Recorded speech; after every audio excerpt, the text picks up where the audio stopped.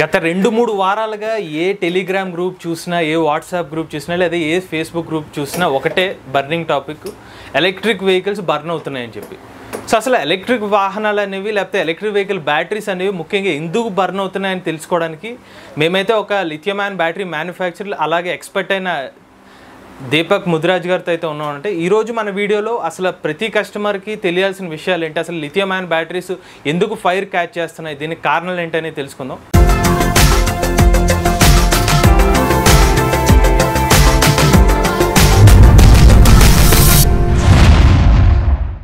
మిత్రులందరికీ ఈవీ తెలుగు ఛానల్కి స్వాగతం అండి. నేను మీ కృష్ణ చైతన్య మండేలా. సార్ దీపక్ గారు, నా మొదటి ప్రశ్న, అసలు లిథియం అయాన్ బ్యాటరీలు కాలిపోవడానికి కారణం మ్యానుఫ్యాక్చరర్లా, లేకపోతే లిథియం అయాన్ బ్యాటరీలోనే ఏమైనా సమస్యలు ఉన్నాయా? సో గుడ్ మార్నింగ్ అండి, నేను Deepak seagull enterprises Hyderabad. So ఈ రీసెంట్ డేస్లో మనము కంటిన్యూస్గా చూస్తున్నది ఎలక్ట్రికల్ వెహికల్స్ అన్నీ కూడా షార్ట్ సర్క్యూట్ అయ్యి బర్న్ అవుతున్నాయని చెప్పి. సో దీనికి కారణము ఎన్నో కారణాలు ఉన్నాయి. కర్ణుడి చావుకి కారణాలు ఏంటి అంటే ఎన్నో కారణాలు ఉన్నాయి. దీనికి మనకు లిథియం అయాన్ బ్యాటరీస్ ప్రొడక్షన్లో కూడా డిఫరెంట్ కంప్లైంట్స్ మీద డిఫరెంట్గా మనకు ఫైర్ కాజ్ అయ్యే ఛాన్సెస్ ఉన్నాయి. దీంట్లో మోస్ట్గా మనం మేజర్గా చూసుకుంటే ఏంటంటే type of quality of cells,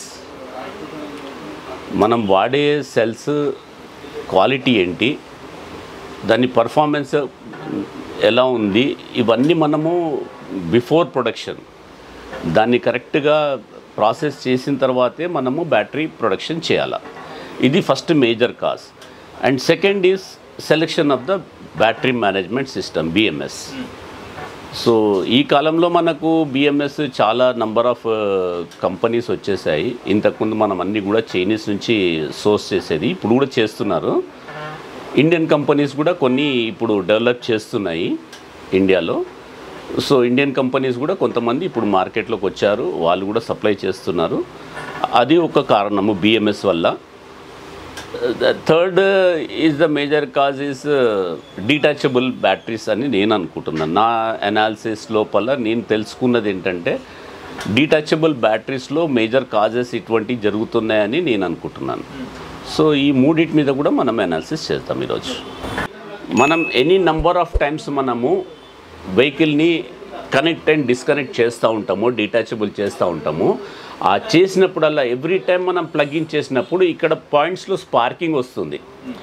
అది ఇంతకుముందు కూడా వీడియోలో ఒక అతను ఎవరో కస్టమర్ కూడా చెప్పాడు, నేను దాని గురించి కూడా చెప్తున్నాను. ఇక్కడ ఖచ్చితంగా స్పార్క్ అవుతుంది, ఎందుకంటే ఎప్పుడైతే power is connected to the battery, motor కానీ దేనికి కానీ పవర్ కానీ కనెక్ట్ చేసినప్పుడు ఇక్కడ కనెక్టింగ్ పాయింట్స్ లోపల స్పార్కింగ్ వస్తుంది. నంబర్ ఆఫ్ టైమ్స్ ఇక్కడ స్పార్కింగ్ వచ్చినప్పుడు ఈ పాయింట్స్ అనేది మెల్ట్ అవుతాయి. మెల్ట్ అయ్యి అక్కడ వూమ్ వస్తుంది, అంటే ఒక చిన్న స్పాట్ లాగా ఏర్పడుతుంది. సో ఈ పాయింట్స్ ఎప్పుడైతే బర్న్ అయిపోతాయో ఈ ప్లగ్గింగ్ అనేది కరెక్ట్గా లోపలికి వెళ్ళదు, హాఫే వెళ్తుంది. ఇది కస్టమర్కి తెలియదు, అతను ఇంతే వెళ్తుందేమో అని ఇలాగే కనెక్ట్ చేసి పెడతాడు. ఇది లూజ్ కాంటాక్ట్, కరెక్ట్గా పుష్ కాదు. మళ్ళీ ఇది కొద్దిసేపటికి ఇట్లా బ్యాక్ వచ్చేస్తున్నది చూడండి ఇది. సో కస్టమర్ ఇట్లా పెట్టేసుకొని వెళ్ళిపోతాడు. 5 to 10 kilometers ట్రావెల్ చేసిన తర్వాత ఇక్కడ హీట్ జనరేట్ అవుతుంది, ఎందుకంటే పాయింట్స్ కరెక్ట్గా కనెక్ట్ కాలేదు కాబట్టి. ఇక్కడ లూజ్ కాంటాక్ట్ ఉండి ఇక్కడ స్పార్క్ జనరేట్ అయినప్పుడు డెఫినెట్గా ఇక్కడ నుంచి ఫైర్ కాజ్ అయ్యే ఛాన్సెస్ ఉంటుంది. So this is the one of the cause why these detachable batteries are getting burn. అంటే మీరు అన్నారు ఓ మాట, ఇప్పుడు ఇలా ఛార్జింగ్ పెడితే లూజ్ కాంటాక్ట్ వల్ల ఫైర్ కాజ్ అవుతుందని. కానీ మీరు చూసుకున్నట్లయితే సంఘటనలు ఎక్కడ కూడా ఇంటి దగ్గర జరిగిన సంఘటనలు ఎక్కడ అన్నీ కూడా బయట ఎక్కడో పార్క్ చేసినప్పుడే జరుగుతున్నాయి. మరి ఇంత గ్యాప్ ఎలా వస్తుంది? నేను అదే చెప్తున్నాను. నేను ఇది ఇమీడియట్గా ఫైర్ వచ్చేది లేదు. ఇక్కడ మనం కనెక్ట్ చేసిన తర్వాత ఎప్పుడైతే వెహికల్ని రన్ చేస్తామో, లోడ్ వేస్తామో, దీని మీద మళ్ళీ లోడ్ వేసినప్పుడు ఇక్కడ కరెంట్ ఎక్కువ తీసుకుంటూ ఉంటుంది. ఎక్కువ కరెంట్ తీసుకున్నప్పుడు అప్పుడు ఇక్కడ ఫైరింగ్ అయ్యే ఛాన్సెస్ ఉంటుంది. లోడ్ ఇచ్చినప్పుడే మనకి ఇక్కడ కరెంట్ ఎక్కువ డిశ్చార్జ్ అవుతుంది. ఎక్కువ కరెంట్ డిశ్చార్జ్ అయినప్పుడే ఇక్కడ హీట్ జనరేట్ అవుతుంది లూజ్ కాంటాక్ట్ ఉన్నప్పుడు. అదే ప్రాపర్గా మనం లోపలికి కరెక్ట్గా పెట్టింటే అప్పుడు మనకి లూజ్ కాంటాక్ట్ అనేది ప్రాబ్లం ఉండదు. ఎవ్రీ టైం కస్టమర్ కూడా కరెక్ట్గా చూసుకోవాలి ఈ పాయింట్స్ అనేది కరెక్ట్గా ఉందా లేదా, ఇది కరెక్ట్గా టోటల్గా పుష్ అయ్యి లాక్ అయ్యిందా లేదా, ఇది కరెక్ట్గా చూసుకోకుండా నడిపితే ఇమీడియట్గా ఫైర్ కాదు, ఇంటి దగ్గర పెట్టినప్పుడు ఫైర్ కాదు, ఇది లాంగ్ రన్ లోపల ఒక 5 to 10 kilometers ట్రావెల్ చేసిన టైంలో ఎప్పుడైతే హీట్ జనరేట్ అవుతుందో అప్పుడు ఇది అయ్యే అవకాశం ఉన్నది. This is not only the cause. Okay, ఇది మేజర్ కాజ్ అనుకోవచ్చు. ఇది ఒక కాజ్. ఇంకా మిగిలిన కాజెస్ ఏమున్నాయండి? మిగతా కాజెస్ ఏమవుతుందంటే type of batteries, type of production, quality control లేకపోవడం, ప్రొడక్షన్లో క్వాలిటీ BMS వాడకపోవడం. These are the other causes why these batteries are getting. ఇక్కడ చూస్తుంది ఏంటంటే మనం వాడే మార్కెట్లో వాడే సెల్స్, అవైలబుల్ సెల్స్, ఇప్పుడు మనకి ఏవైతే మార్కెట్లో అవైలబుల్ ఉంటుందో అందరు కూడా అక్కడి నుంచే సోర్స్ చేసుకుంటున్నారు, అందరు అక్కడి నుంచే సోర్స్ చేసి అమ్ముతున్నారు. సో రీసెంట్ డేస్ లోపల మనకు చైనాలో క్రైసిస్ వచ్చిన సంగతి అందరికి తెలిసిందే. సో ఈ చైనాలో క్రైసిస్ అయిన తర్వాత ఈ BAK బ్రాండ్ వాళ్ళది ప్రొడక్షన్స్ అనేది చాలా తగ్గిపోయింది. అక్కడ లిథియం ప్రొడక్షన్ కూడా చాలా తగ్గిపోయింది. ఈ ప్రొడక్షన్ మార్కెట్లో అవైలబిలిటీ లేనందుకు కొద్ది కంపెనీ వాళ్ళు చీపెస్ట్ క్వాలిటీ సెల్స్ పర్చేస్ చేసి దానికి ఈ కొత్త తొడుగు తొడిగి BAK బ్రాండ్ వేసి యూజ్డ్ సెల్స్ని, రీఫర్బిష్ సెల్స్ని మార్కెట్లోకి వదిలేశారు.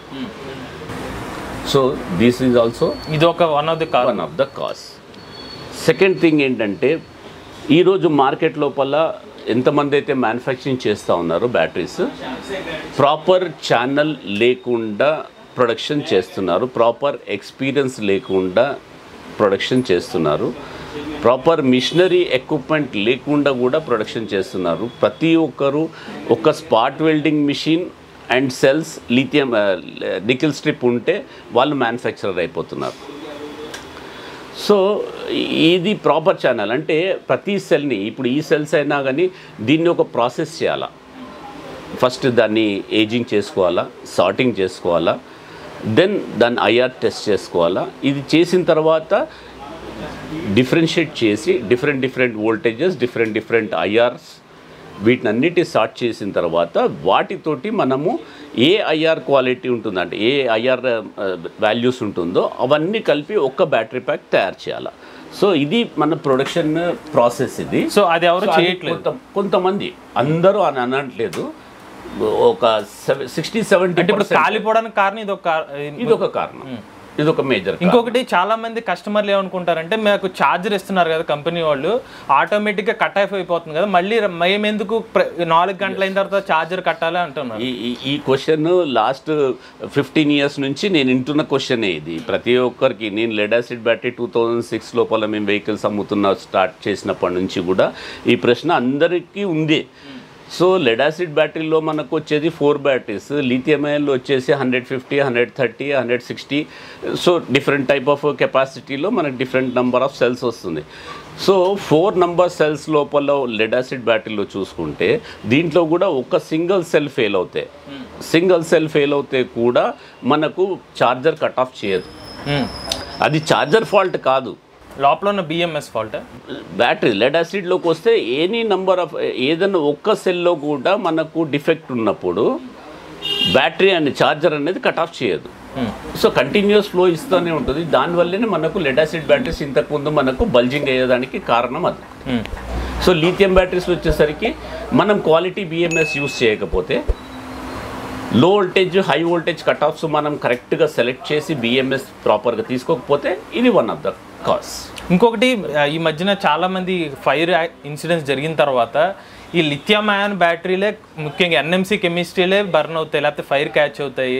ఇప్పుడు దాకా జరిగిన ఏ సంఘటనలో కూడా LFP బ్యాటరీలు బర్న్ అయిన సంఘటన లేదు అని కొంతమంది అంటున్నారు. దానిపై మీ LFP బ్యాటరీస్ ఫైర్ అయినవి కూడా ఎన్నో కేసెస్ ఉన్నాయి. ఇక్కడ మన దగ్గర జరగలేదు, అదర్ కంట్రీస్ లోపల LFP బ్యాటరీస్ బర్న్ అయినాయి, బ్లాస్ట్ అయినవి కూడా కేసెస్. అంటే మన ఇండియాలో LFP బ్యాటరీలు బెస్ట్ అంటారు.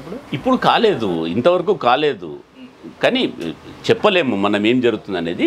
That is not only the criteria. అంటే ఇది ఒకటే కాదు మనకు రీజన్. ఎల్ఎఫ్పిలో అయితే మనకు ఫైర్ యాక్సిడెంట్ జరగదు, లిథియంలో అయితే ఫైర్ యాక్సిడెంట్ జరుగుతుంది. అంటే ఈవెన్ మన టెస్లా వాళ్ళు వాడుతున్నది కూడా లిథియం అయనే. ఇప్పుడు మనకు ప్రిస్మాటిక్ సెల్స్ వచ్చినాయి కాబట్టి కొంతమంది హయ్యర్ కెపాసిటీకి వెళ్ళినప్పుడు they are going for prismatic cells వెళ్తున్నారు. అదర్వైజ్ మనకి ఇప్పుడు వాడుతున్న మహీంద్రాది ఈవీ వెహికలైజేషన్ దాంట్లో కూడా లిథియం అయన్ సెల్సే వాడుతున్నారు వాళ్ళు. ఇంకొక మేజర్గా చాలామంది ఇప్పుడు కాలిపోతున్న తర్వాత కస్టమర్లు ఏమంటున్నారంటే, దాన్ని మీరు కూడా బ్యాటరీ మ్యానుఫ్యాక్చరర్, మీరు లిథియం అయన్ బ్యాటరీలు అమ్ముతున్నారు, దాన్ని మీ కస్టమర్కే ఏదైనా ఫైర్ యాక్సిడెంట్ జరిగితే అది ఇన్సూరెన్స్లో క్లెయిమ్ అవుతుంది ఆ బ్యాటరీ? సో ఫస్ట్ థింగ్ ఏంటంటే రిజిస్టర్డ్ వెహికల్స్కి మనకి ఇన్సూరెన్స్ ఫెసిలిటీ ఉన్నది. అన్రిజిస్టర్డ్ వెహికల్స్కి మనకు registration insurance can be done, కానీ కొంతమంది చేయట్లేదు. సో ఎప్పుడైతే ఫైర్ యాక్సిడెంట్ జరుగుతుందో ఇన్సూరెన్స్ ఉంటే ఖచ్చితంగా ఇన్సూరెన్స్ క్లెయిమ్ చేసుకోవాలి. లిథియం అయన్ బ్యాటరీస్ ఖచ్చితంగా. ఫైర్ యాక్సిడెంట్ తర్వాత ఫ్లడ్స్, మనము ఏవైతే మనం దాంట్లో ఫ్యాక్టర్స్ మనం సెలెక్ట్ చేసుకుంటామో వాటికి ఖచ్చితంగా ఇస్తాడు. అంటే మనము ఇన్సూరెన్స్ చేయించుకునేటప్పుడు ఈ ఫ్యాక్టర్స్ కరెక్ట్గా చెక్ చేసుకొని ఫైర్, యాక్సిడెంట్ అండ్ ఫ్లడ్ ఈ 3 మనము సెలెక్ట్ చేసుకుంటే అప్పుడు ఖచ్చితంగా మీకు ఇన్సూరెన్స్ వస్తుంది. ఇంకొక విషయం, ఈ మధ్యన హైదరాబాద్లో కానీ ఎక్కడైనా సంఘటనలు ఏంటంటే వర్షాలు ఎక్కువ పడుతున్నాయి. సో దీనివల్ల వాటర్ వల్ల కూడా షార్ట్ సర్క్యూట్ అనేది అవుతున్నాయి లిథియం అయన్ బ్యాటరీస్, దానివల్ల కూడా ప్రమాదం ఉంది ఫైర్ అనేది. సో దాని మీద ఏం చెప్తారు? ఇది మేము కూడా ఫేస్ చేస్తాము. ఈ రీసెంట్ డేస్ లోపల మన హైదరాబాద్లో కానీ ఆల్ ఓవర్ తెలుగు స్టేట్స్ లోపల కానివ్వండి ఫ్లడ్స్ బాగా వచ్చి మనకు అన్నిట్లో కూడా వెహికల్స్ లోపల, ఎందుకంటే మన స్కూటర్స్ ఏవైతే ఉంటాయో కొద్దిగా లో లెవెల్లో ఉంటాయి. ఎలక్ట్రిక్ వెహికల్స్ ఒక బ్యాటరీ ప్లేస్మెంట్ కానివ్వండి చాలా లో లెవెల్లో ఉంటుంది. సో మినిమం ఒక మన మోకాళ్ళ లోతు కంటే తక్కువ వాటర్ ఉన్నా కానీ మనకు ఫ్లడ్ వాటర్ బ్యాటరీలోకి వచ్చే అవకాశం ఉన్నది. సో వీ హ్యావ్ కమ్అవుట్, దాంట్లో నుంచి మేము దీన్ని బయటికి తీసుకొచ్చాము. We are sealing the battery. ఈరోజు మేము బ్యాటరీ ప్యాక్స్ని టోటల్గా సీల్ చేస్తున్నాము వాటర్ నుంచి మనకు సేఫ్ ఉండడానికి. అంటే ఇప్పుడు మీరు చేసినట్టే అన్ని మ్యానుఫ్యాక్చర్లు చేస్తున్నారు, కొంతమంది చేస్తున్నారు, అందరు చేస్తున్నారో లేదో తెలియదు, కానీ వీఆర్ డూయింగ్ ఇట్. ఇప్పుడు మేము ఫేస్ చేసిన ప్రాబ్లమ్స్ని ఓవర్కమ్ కావడానికి వీ గాట్ ది సొల్యూషన్. మేము PU ఫోమ్ వాడుతున్నాము. Total battery pack testing complete అయిపోయిన తర్వాత మేము దీంట్లో PU ఫోమ్ ఫిల్అప్ చేసి క్లోజ్ చేస్తున్నాం. అంటే ఈ మధ్యన కాలిపోయిన ఎలక్ట్రిక్ స్కూటర్లు ఏదైతే ఉన్నాయో ఆ బ్యాటరీలు ఇది వాడలేదంటారు మీరు? వాడిండొచ్చు, వాడకపోయిండొచ్చు. అది వాటర్ రెసిస్టెంట్ వల్ల కాలిపోయిన ఇష్యూస్ కాదు. అది కేవలం మీరు అన్నట్టు ఛార్జింగ్ పిన్ పాయింట్ అదొకటే కాదు. మేబీ అది కూడా BMS కూడా కాజ్ టైప్ ఆఫ్ సెల్స్ ప్రొడక్షన్లో కూడా క్వాలిటీ టెస్ట్ ప్రాపర్గా చేయకపోతే, అంటే 1 or 2 సెల్స్ మనం స్పాట్ చేసేటప్పుడు ఒక లైన్ లోపల ఏదైనా 1 or 2 సెల్స్ కరెక్ట్ స్పాట్ కాలేదనుకోండి, అది కూడా మనకు ఫైర్ కాజ్ అవుతుంది. చివరిగా ఇంకొక కస్టమర్ చాలా మంది చూసిన తర్వాత భయపడేది ఏంటంటే, ఒక చిన్న బ్యాటరీకి కూడా ఇటువంటి జరుగుతున్నప్పుడు, ఉదాహరణకి ఒక 300 కిలోమీటర్లు 500 కిలోమీటర్లు రేంజ్ ఇచ్చే బ్యాటరీ ఎక్కువ సెల్స్ ఉంటాయి, అప్పుడు లాంగ్ రేంజ్లో వెళ్తే కూడా ఏమైనా ప్రాబ్లమ్స్ అవుతాయని అడుగుతాను. ఈరోజు నేను మీకు ఒక చిన్న ప్రశ్న అడుగుతున్నాను. మనము సెల్ ఫోన్స్ మన ఇండియన్ మార్కెట్లోకి వచ్చి గత 25 సంవత్సరాలు అవుతున్నది, 25 ఇయర్స్. ఈ 25 ఇయర్స్ లోపల ఎన్నో ఛార్జర్స్ బ్లాస్ట్ అయినాయి, ఎన్నో సెల్ ఫోన్స్ బ్లాస్ట్ అవుతున్నాయి. ఎవరైనా ఎక్కడైనా సెల్ ఫోన్ వాడడం మానేసారా? వీటన్నిటిలో కూడా ఉండేది లిథియం అయన్ సెల్సే. అంటే ఎవరైతే LFP గురించి చెప్తా ఉన్నారో వాళ్ళకి చెప్తున్నాను ఆన్సర్ ఇది. అంటే మీరు ఒక విషయం చెప్పారు, సెల్ ఫోన్ అనేది ఎంత ఇంపాక్ట్ ఉంటే బ్యాటరీ అనేది ఎంత ఇంపాక్ట్ ఉంటుంది, అంత ఇంపాక్ట్ ఉంటుంది. అది చూసాం కదా మనం, ఇప్పుడు అయినా బ్లాస్ట్ లోపల చూసాం కానీ ఎంత ఇంపాక్ట్ ఉంటుంది. దానికోసం కస్టమర్ అనేది భయపడుతుంది, ఇంకా ఎంత పెద్ద మంటలు వస్తున్నాయని. ఇది ప్రతిసారి అన్ని జరిగేది కాదు. ఈవెన్ ఒక రిఫ్రిజిరేటర్ బ్లాస్ట్ అయిన కేసెస్ కూడా ఉన్నాయి. ఇప్పుడు రీసెంట్ డేస్ లోపల రిఫ్రిజిరేటర్స్ లోపల ఏదైతే రిఫ్రిజరెంట్ వాడుతున్నారో ఇట్ ఈస్ ఫ్లేమబుల్. అంటే రిఫ్రిజిరేటర్ మనం పట్టుకెళ్ళాం, అది ఎలక్ట్రిక్ కూడా ఉంటుంది, మన కింద ఉంటుంది కదా, అది ప్రాబ్లం ఉంటుంది. వాషింగ్ మిషన్ బ్లాస్ట్ అయిన కేసెస్ కూడా ఉన్నాయి. సో ఇది ఎవ్రీ టైం జరుగుతుందని కాదు, ప్రాపర్గా మళ్ళీ దీన్ని కరెక్షన్ చేసుకుంటూ అందరు మ్యానుఫ్యాక్చరర్స్ సేఫ్టీ ప్రికాషన్స్ వాడండి. One of the most safety precautions నేను రికమెండ్ చేస్తున్నది అందరు కస్టమర్స్కి కానీ మ్యానుఫ్యాక్చరర్స్కి కానీ నేను రికమెండ్ చేస్తుంది ఏంటంటే, కనెక్టింగ్ వైర్ ఏదైతే మనము బ్యాటరీ నుంచి మనం అవుట్పుట్ ఇస్తున్నామో ఈ ప్లేస్ లోపల ఒక స్విచ్ ఎంసీబీ కంపల్సరీ ప్రొవైడ్ చేయండి. ఇక్కడ ఎప్పుడైతే మనము వెహికల్ నుంచి బ్యాటరీని డిటాచ్ చేస్తామో ఖచ్చితంగా ఇది ఫ్యూజ్ స్విచ్ ఆఫ్ చేసి డిటాచ్ చేయండి. మళ్ళీ కనెక్ట్ చేసేటప్పుడు కూడా ఇది స్విచ్ ఆఫ్లో ఉంచి కనెక్ట్ చేసి మళ్ళీ ఆన్ చేసుకోండి. ఈ సేఫ్టీ ప్రికాషన్స్ అందరూ వాడండి. అప్పుడు మనకు ఈ డిటాచబుల్ బ్యాటరీస్ లోపల మనకు ఫైరింగ్ జరిగే అవకాశాలు కొద్దిగా తగ్గుతాయి. చివరిగా ఒక 3 ప్రికాషన్స్ ఖచ్చితంగా ప్రతి ఎలక్ట్రిక్ వెహికల్ కొనుక్కున్న వాళ్ళకి ఇచ్చే ఏంటి మీరు సలహాలు? ప్రతి ఎలక్ట్రిక్ వెహికల్ కస్టమర్స్కి నేను ఇచ్చే సలహా ఏంటి, వాడకంలో ఎలక్ట్రిక్ వెహికల్స్ వాడకంలో కస్టమర్కి నేను ఇచ్చే సలహా ఏంటంటే, ఏ ఎలక్ట్రిక్ వెహికల్స్ కొనుక్కున్నా ఆ వెహికల్ వాళ్ళు బ్యాటరీ యొక్క వారంటీ టర్మ్స్ కండిషన్స్ ఏ విధంగా ఇస్తున్నారు, ప్రాపర్గా వారంటీ టర్మ్స్ చూసుకోండి, చదువుకోండి. వాళ్ళు 1 year ఇస్తున్నారా, 2 years ఇస్తున్నారా, 3 years ఇస్తున్నారా, 8 years ఇస్తున్నారా ఇవ్వమనండి. కానీ టర్మ్స్ అండ్ కండిషన్స్ ఖచ్చితంగా చదువుకొని తీసుకోండి. వాడకం అనేది కరెక్ట్గా తెలుసుకోండి. సో కాల్డ్ ఎవరైతే డీలర్స్ అమ్ముతున్నారో వాళ్ళ నుంచి దానికి తీసుకోవాల్సిన ప్రికాషన్స్, మనము ఛార్జింగ్ పెట్టే ముందర కానివ్వండి, తీసే ముందర కానివ్వండి, ప్రాపర్ ఛానల్లో పెట్టండి. ఎప్పుడు కూడా పవర్లో మనము ఇన్సర్ట్ చేసేటప్పుడు ఛార్జర్ పాయింట్ పవర్ స్విచ్ ఆఫ్లో ఉండాలి. ఫస్ట్ బ్యాటరీకి కనెక్ట్ చేయండి, తర్వాత ప్లగ్ ఇన్ చేయండి, తర్వాత స్విచ్ ఆన్ చేయండి. డిస్కనెక్ట్ చేసేటప్పుడు కూడా పవర్ ఆఫ్ చేయండి, ఫస్ట్ బ్యాటరీ నుంచి డిస్కనెక్ట్ చేయండి, తర్వాత పవర్ డిస్కనెక్ట్ చేయండి.